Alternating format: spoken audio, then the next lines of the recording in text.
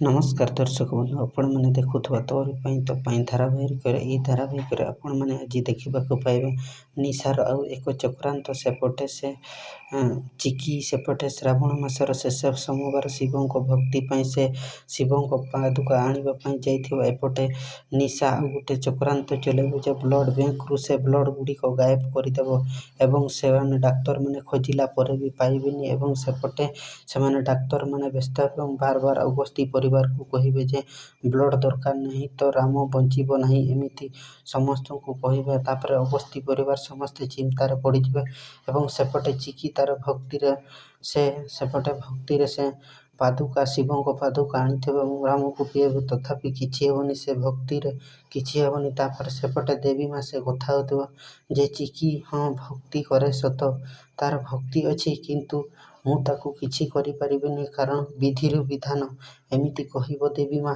ଏବଂ ସେ କହିବ ମୁଁ ତ ଚାହିଁଲେ ବଦଳେଇ ପାରିବିନି କାରଣ ବିଧିର ବିଧାନକୁ ମୁଁ ବଦଳେଇ ପାରିବିନି, ଏମିତି କହିବ। ଏବଂ ଦେବୀ ମା କହିବ ଯେ ପ୍ରକୃତରେ ଚିକିର ପରିଚୟ ପାଇବା ପାଇଁ ମୁଁ ତାକୁ କିଛି କୌଣସି କରିପାରିବି ନାହିଁ କାରଣ ଏବେ ହିଁ ଚିକିର ପ୍ରକୃତ ସମୟ ଆସିଛି ଯେ ତାର ପରିଚୟ ଜାଣିବା ପାଇଁ, ଏମିତି ଦେବୀ ମା କହିବେ। ଏବଂ ଦେବୀ ମା କହିବେ ମୁଁ କିଛି ତ କରିପାରିବିନି କାରଣ ମୋର ଭକ୍ତ ହେଲେ ସେ ପ୍ରକୃତରେ ତାର ପରିଚୟ ପାଇବା ପାଇଁ ଏମିତି ନିଜେ ହିଁ କିଛି କରିବାକୁ ପଡ଼ିବ।